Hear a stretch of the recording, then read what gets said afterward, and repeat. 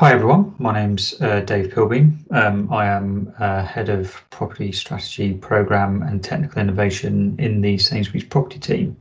The team comprises of several different teams, but most relevant for today are the location planning team and the location analytics team, some of which you have heard from before in previous conferences. I just wanted to set the context of the business that I work for at Sainsbury's before we start the presentation today. So some of you may not be aware, Sainsbury's one of the biggest grocers in the UK, selling food, general merchandise, home and furniture products, and a full range of clothing through our group of brands. So we acquired Argos in 2016 alongside Habitat, both famous British brands in their own right in their sphere, and Tu, which is our clothing brand in the UK. We operate about 600 supermarkets and circa 800 convenience stores in the UK, selling primarily food, but also a range of, as I say, non-food items. And our Argos business has circa 700 outlets in the UK in a mix of standalone locations and inside Sainsbury's. And for scaling purposes, in our last financial year, we did about £32 billion of sales in the UK. So a reasonably significant business in the UK, and one which has been very significantly a part of the UK's pandemic response to the COVID-19 outbreak, which I'll go on to talk about as a part of my talk over the course of the next few minutes. I'm going to talk a bit about our experience of the pandemic, but also what our experience of the pandemic has taught us about our spatial processes, our understanding of location, and how our methods and process will start to refine from here, and the kind of challenges that are in front of us as a business. So one of the things I thought I would just do is give you a scale of an idea of the scale of how we responded to the pandemic as a business overall. So March 2020 being the initial outbreak in the UK, we initially had to close a lot of our business, which was deemed to be non-essential.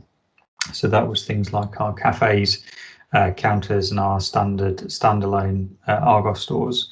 And in addition to that, very swiftly, as we experienced some high volume purchasing or panic buying, we had to put in some limits around the kind of products that customers could buy, and also condense some of the ranges to ensure that we could keep product on the shelves and availability for the many customers who were shopping with us. And many other things took place as we went through this period of time, and I would characterise it as this is our period of learning. And we redeployed a large number of colleagues, about 15,000 colleagues from across our business, into support stores during this period of time. And one of the most significant response actions that took place was our increasing of our grocery online delivery capacity. So by June, July time, we were operating about 650,000 slots a week, up from a number quite materially below that pre-pandemic. We also had to strike up partnerships with firms such as Uber Eats and Deliveroo to enable us to reach customers in different ways. And by the time we got to just prior to March this financial year, last financial year, we had delivery slots at 850,000 a week. So we were scaling our availability for customers around online very quickly through this period of time.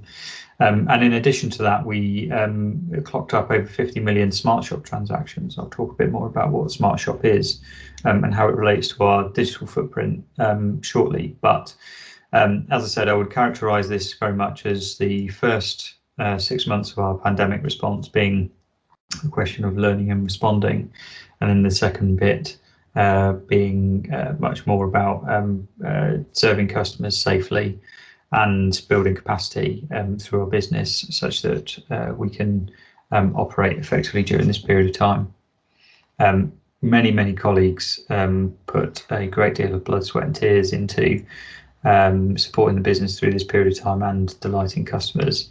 And one of the things we're particularly proud of is our ability to serve customers safely through this period of time, but also the fantastic efforts put in by colleagues on the front line, which we're able to recognise with a very significant series of thank you payments through the year, totaling £100 million, which was a very significant investment in people. So back to this kind of first part of the year, responding to this crisis. One of the things I just wanted to touch on was my perception of the role of location analytics. So my team very closely involved in the process overall, working with the rest of the business in terms of the crisis response in kind of three areas, I would say. So the first one being closing and opening stores, closing being the easy bit, because it was very obvious that we needed to respond to a situation and government enforced closures, particularly in our non-essential businesses like Argos. However, we also closed a reasonably small number of convenience stores where we knew that customers weren't going to be shopping those stores any further as a result of some of the stay-at-home directives that were put in place. So the challenge then really became more around when do we open the stores, and again in some circumstances that was very straightforward because we open stores, non-essential retail stores where we were allowed to under government restrictions, but it was a much more nuanced choice about which convenience stores to we open, linked to our location analysis of where we think we would have the most intensity of trade, because our convenience stores, for example, can be quite operationally intensive to run, and we also want to avoid things like wasting of fresh food when the food waste is one of the really important things that we want to minimise. So the team worked really hard to understand that. Now, of course, the challenge there being we don't really have any data to rely on that would tell us where we've done this before, what's worked. So we really had to rely on the skill and capability of our location planning team, who are close to these locations, leveraging support from our retail teams to work out when the right time was to reopen stores. Likewise, our capital investment programme, we invest many hundreds of millions of pounds into our store estate over the course of the years. And one of the big challenges we had was how to continue that capital investment programme in the middle of a pandemic. And these were things, investments that would bring additional propositions to stores, but also things like fixing roofs and other essential maintenance activities. So we looked at the geographical distribution of the infections, because one of the things we were trying to measure was once we start an investment, which could take many weeks to deliver, do we have confidence that we would be able to finish the delivery of the investment? And that would rely upon management teams and store teams being in place and limited absences, and of course safety as a big part of that as well. So we used our spatial analytics series of tools and the data that we were able to achieve from some of the government reporting to understand where that intensity was and target some of those investments. And the final thing at this point is, I guess, turning towards starting to understand the impact of our activity.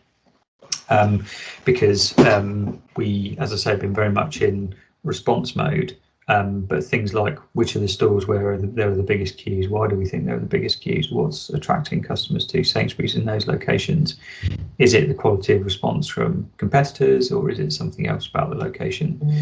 And I guess the theme again that I would return to around this is that there wasn't a great deal of data that we could use to inform our understanding of this. We kind of reverted to the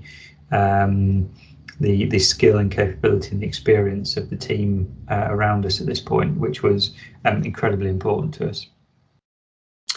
As we started to emerge from the most serious parts of the pandemic, one of the things we noticed was our digital participation in our business had increased very significantly. And this is a slide from our annual results, which were presented a few weeks ago. just draw your attention to some of the numbers. So we started off total digital participation across all of our retail sales in our 1920 financial year at 22%. That grew to 42% in 2021. And don't forget, we were talking a lot about food here as well. So these were shops that were open, not just shops that were shut. So particularly our groceries online business went from about 8% digital participation in the financial year 1920 right the way up to 17% in 2021, which is a part of that journey I mentioned about having increased capacity, which was replicated, I think, across the industry. And so very significant changes there. Argos was already starting from a much more digital orientated point at about 60% of sales with some form of digital participation, but that grew to 90%. And again, a lot of that is down to the degree to which stores were open during that period of time, but also customers finding that actually the digital proposition in terms of how to shop Argos, and those of you from the UK who are familiar with the brand will know that a catalogue-led business is quite amenable to being transferred to an online catalogue. Smart Shop, I mentioned, is effectively a handset that customers can pick up when they come into a supermarket, and they use it to scan products as they go around rather than having to unload onto a conventional checkout and check out in that fashion. And in 1920, we had about 14% of sales being used for the Smart Shop proposition, and that grew to 30% in 2021. So really very significant change there. And we have a loyalty proposition called Nectar. And again, this just shows the extent to which customers are pivoting their lives into the online world, up from 4.5 million users in 1920 to 7.4 million in 2021.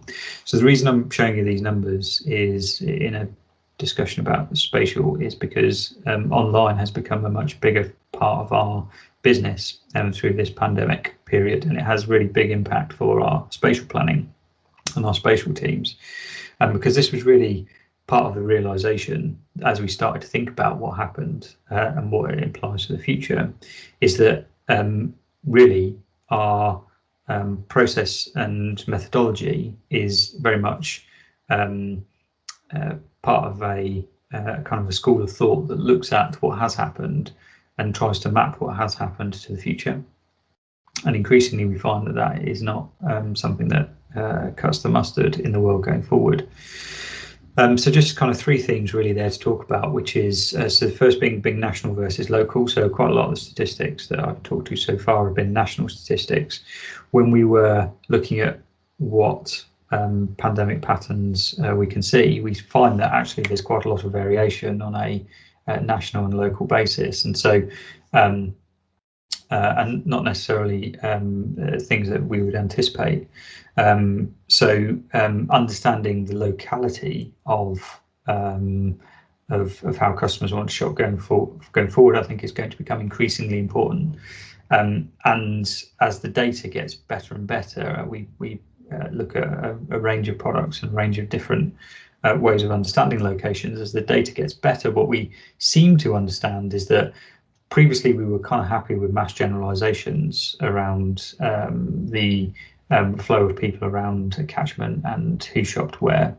But the more we learn about the nuances of how customers shop locations, the more we find that actually that's increasingly a tricky kind of assumption to rely on.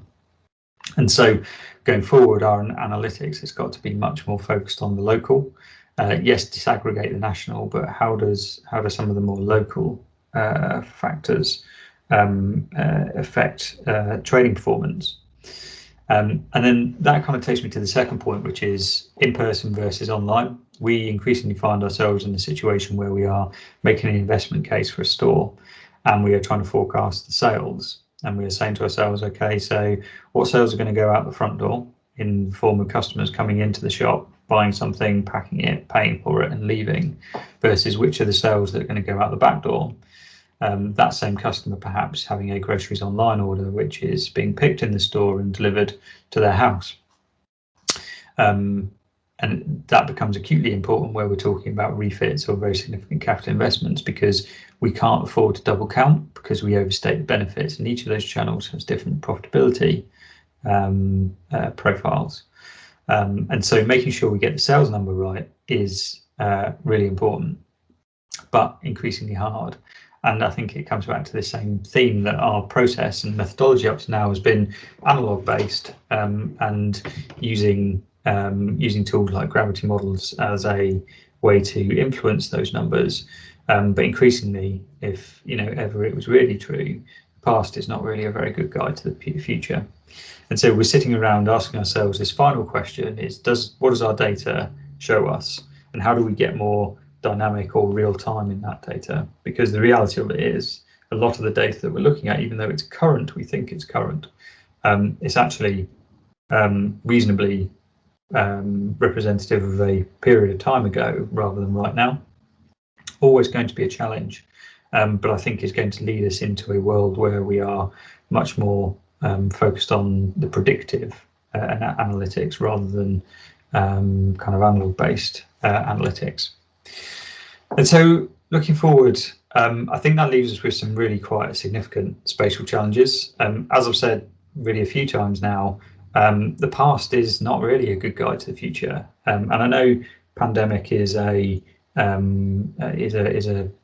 not a frequent occurrence, or at least certainly we hope not. What will be true is that the world will continue to evolve, and actually if you zoom out of the effect of the last 18 months or so, and you think about actually what's underlying some of this stuff is the shift that is promised by technology and technical innovation.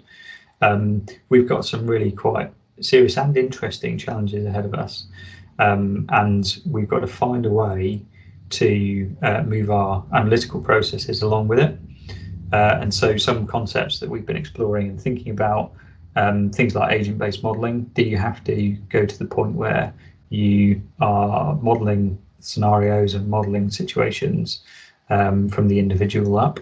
How do we get more confident that what we are telling the business we think is going to happen is more of a prediction than a forecast based on what we've seen happen historically in similar like places?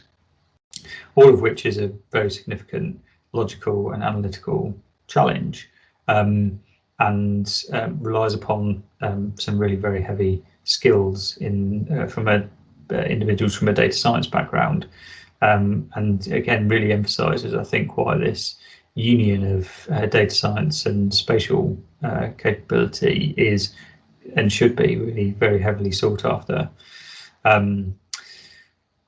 Other question: what is a good retail location? So we've all talked about high streets, but it's quite possible to consider that actually high streets will be the next boom location, as we see potentially lower intensity of utilisation of retail and offices in city centres. Mostly those sales go somewhere, and are they repatriated to those former dormitory towns that were donating sales to the cities, or where people were concentrated for work, certainly in a white collar sense? And will some of those sales be, as I say, repatriated back into those high street locations, and actually people want to live more local, which affects again how we see the sales play out across the UK. And then finally, really just playing on that point and going one step further, what does location even mean to consumers anymore, and particularly those consumers who are fortunate enough to operate in a kind of reasonably middle class fashion of having the luxury of being able to work from home if that's what they want to do, go to the office if that's what they want to do. What is the kind of the future of retail intensity going to look like in the future? Really serious question. So to sum up, I think for a business like ours, and more generally for the industry, we've got some really deep thinking to do around how we understand the market that's in front of us, given that it continues to dynamically iterate and transition in a way that is led by technology, but as we've seen, events can accelerate that technological change. As technology gets increasingly more capable of servicing our wants and needs, what kind of transitions will come next, and what does it mean for locations, and how should we understand what it means for locations? Because if the past is anything to go by, those changes will happen quite quickly, and certainly in the future more quickly than they've happened in the past. And so our analytical processes, and particularly our people, our skills and capabilities that we instill in our people who are the specialists in this topic, need to really be fully developed. And in my view, that's how we will be successful. So our reflection, so in my team, is yes process, yes data, but first and foremost, really high quality people, really well trained, who really have a passion for the topic, and really want to make a difference. With big retail networks like the size of ours, we will always find that the discipline of spatial data science is in massive demand. So thank you very much for listening. That's it from me. Well, David, thank you so much for joining us today. It was really fascinating to hear what it's like trading through a pandemic and all the different challenges that you've dealt with along the way. But it seems that Sainsbury's have really thrived. We actually had a question here from Daniel Angel, who was asking about mobility data, traffic. Is that something that you've used quite extensively throughout the past year? Yeah, so it's one of the things that we've used to understand the performance of stores which are influenced by mobility factors. So we have stores that are either in or near train stations, for example. So this is one of the data sources that we've been quite heavily monitoring is passenger numbers. And there's also quite as you'd imagine, quite a significant correlation of mobility data with the performance of stores that are in town centres or even city centres. So quite aside from the station stores, if you've got a tourist influenced store, for example, the volume of people moving in and out of a place is directly correlated, primarily for our convenience business. Our supermarket business is much less sensitive to mobility, but yeah, convenience very heavily influenced by the volume of mobility, and therefore we've been looking at it quite a lot. And I guess this year with tourism as well, you anticipate that effect to be even bigger because of the lack of tourism abroad, perhaps, or? Yeah, I think that's quite an interesting one. In that it's quite lumpy from a tourism perspective, because you have the kind of the city centres where the kind of very touristy city centres, so places like York, for example, where we have stores that are heavily reliant on tourists, which we haven't seen so much of the foreign tourists visiting places like that. Whereas the kind of places where we've seen UK-based tourists, so people from the UK visiting other places in the UK, we've seen a kind of in some places an extended tourism boost, so places in Cornwall, for example, and in other places where it's been quite intense for a period of time, and then we'll go back to reasonably calm. So I think we do see the internal and external tourism effect in our stores, but not like any ordinary year, obviously, and in as I say, quite a lumpy fashion. Absolutely. And Daniel actually has a follow-on question, which is, what's your perspective on using data from Nectar and other app users to understand consumer mobility and visitation? Is that something you do, or?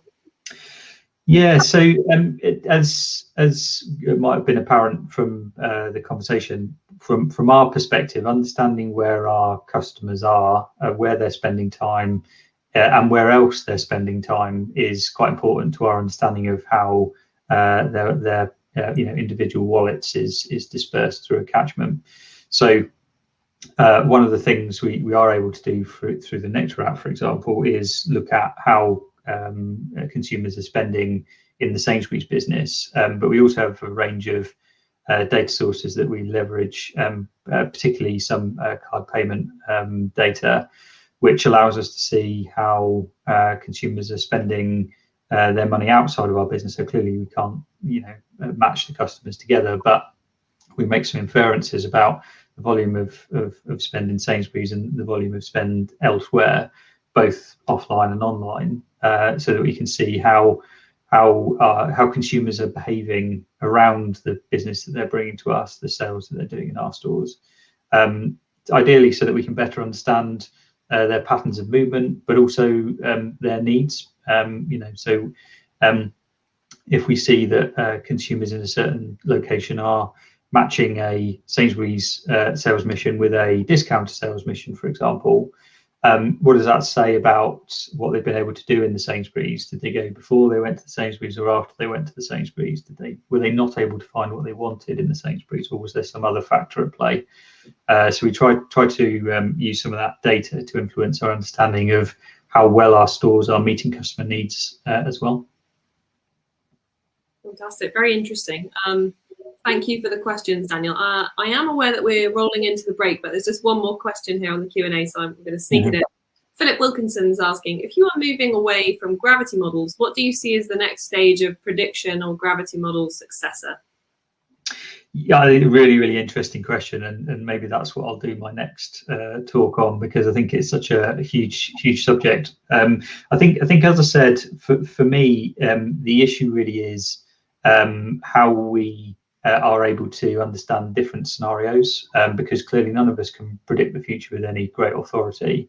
And a gravity model is very helpful at running scenarios with various assumptions about how trade is dispersed. I think the way I would characterize it is we probably need to go to gravity model version 2, maybe version 3, depending on where we are, which has got more predictive analytics built in, enables us to better understand how consumer transactions could flow in various different scenarios, both online and offline. And as I said, perhaps even some of the new technologies like agent-based modeling might be helpful. I think it's a big learning curve for all of us there, and I definitely wouldn't be throwing my gravity model away. Absolutely, yeah. Fantastic to get your perspective on that. I think we have got time. I've got my timing slightly wrong here, so there's an extra question here from Alex Zhang, who says, thanks David for your presentation. What percentage do you use of external spatial data sets versus internal data for your modeling, and what challenges do you see with the third-party data that you use? I would probably say we probably at a ratio of about 60% externally provided, third-party provided, 40% internal. I think our challenge with external data is we have to vet it quite heavily. So we clearly spend quite a lot of our time looking at various different data sources and how well we think it meets our needs. And we're thinking about probably two things. First thing being, how well does the new piece of data integrate with our existing data? And the second piece is, from a methodology for that third-party data, do we think it does what it says on the tin? I know that's fairly obvious, but we have to, I think, as far as is possible in our world, because I know it's quite difficult, is to keep things simple. And I think when we add a new piece of data into our platform or into our suite of analytics methodology, we have to do it quite conscientiously and critically, so that we add the right high quality data, rather than just, there's lots of pieces of data available. Asking ourselves the question of what value does it bring? Does it genuinely add value to our understanding of a place, or is it just a nice to have, or something that makes us look smart in front of our bosses, which obviously we like to do, but we primarily look at it from a value perspective. Absolutely. No, the vetting process is everything. There's so many more vendors popping up all the time, particularly in the mobility space. So you're absolutely right. The evaluation process is really important. Fantastic. Well, I think that's all the questions, David. Thank you so much for taking the time to join us. Your talk will be available on YouTube. So if anybody missed the beginning or wants to share it with some of their colleagues, it will be available tomorrow. But David, have a great day, and thanks for joining us. And great. Thanks very much. Cheers.